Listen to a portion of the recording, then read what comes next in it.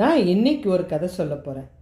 ஒரு ஏழை ஒருத்தன் ஒரு சன்னியாசியை பார்த்ததுமே ஓடி வந்து அவர் காலில் விழுந்தான். ஐயா, என் நிலைமையை பார்த்தீங்களா? நான் எவ்வளோ ஏழை, அடுத்த வேளை சாப்பாட்டுக்கே இல்லைங்க. நான் ரொம்ப ஏழை, கஷ்டப்படுறேன், பணம் வரத்துக்கு ஏதாவது வழி சொல்லுங்க. நம்ம கூட அப்படி தாங்க கேட்டுன்னு இருக்கோம். இவனும் அப்படி தான் கேட்டான். உடனே அவர் என்ன சொன்னார், அப்படியாப்பா, பார்த்தா ரொம்ப ஏழை மாதிரி தான் தெரியுது. சரி, நானே வழி சொல்கிறேன். உன் கையை மாத்திரம் கொடு, உனக்கு ஏதாவது பணம் தரேன், 10,000 ரூபாய் தரேன், வச்சுக்கோ. எங்க நல்லா இருக்கிற கையை கொடுத்துட்டு 10,000 ரூபாய் வச்சுட்டு நான் என்ன பண்ண முடியும்? அதுவும் சரிதான், பேசாமல் உன் காலை கொடுக்குறியா, 20,000 ரூபாய் தரேன். ஐயோ, என் காலை கொடுத்துட்டு நான் எப்படி நடக்கிறது? நல்லா தானே இருக்கு என் கால் அப்படின்றான்.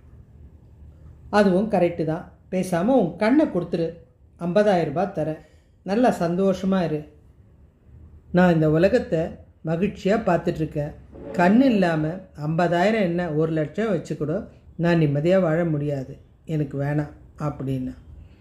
சரி சரி, போயிடாத, இன்னும் ஒரு விஷயம் சொல்கிறேன். உன் உயிரை கொடுத்தினா 1,00,000 ரூபாய் தரேன். அவனுக்கு ரொம்ப பயமாயிடுச்சு. ஏங்க, நீங்கள் ஏதாவது பணம் வர வழி சொல்லுவீங்கன்னு நினச்சா உயிரை கேட்குறீங்க. உயிரை கொடுத்துட்டு 1,00,000 இல்லை 10,00,000 வச்சுட்டு கூட நான் எப்படிங்க வாழ முடியும்? இறந்த உடலுக்கு பணம் எதுக்கு அப்படின்னு சொன்னான். இப்போ உனக்கு புரிஞ்சிருக்குமே அப்படின்னாரு. நல்லா இருக்கிற, கை கால் நல்லா இருக்குது, எல்லாம் இருக்கும்போது உன்னால் உழைக்கக்கூடிய அந்த தகுதியும் ஆற்றலும் இருக்குது. நீ கை இல்லாதவங்கள பாரு, கால் இல்லாதவங்கள பாரு, ஆனால் அவங்க உழைச்சிக்கிட்டே இருக்காங்க. நீ எல்லாம் நல்லா இருந்து கூட உழைக்காமல் இருக்கிற. உண்மைதாங்க, நம்மக்கிட்ட உழைப்பு இருந்துச்சுன்னா எப்படிப்பட்ட சாதனையும் நம்மளால் செய்ய முடியும். நம்மக்கிட்ட ஒன்றும் இல்லை அப்படின்னு நினைக்கக்கூடாது.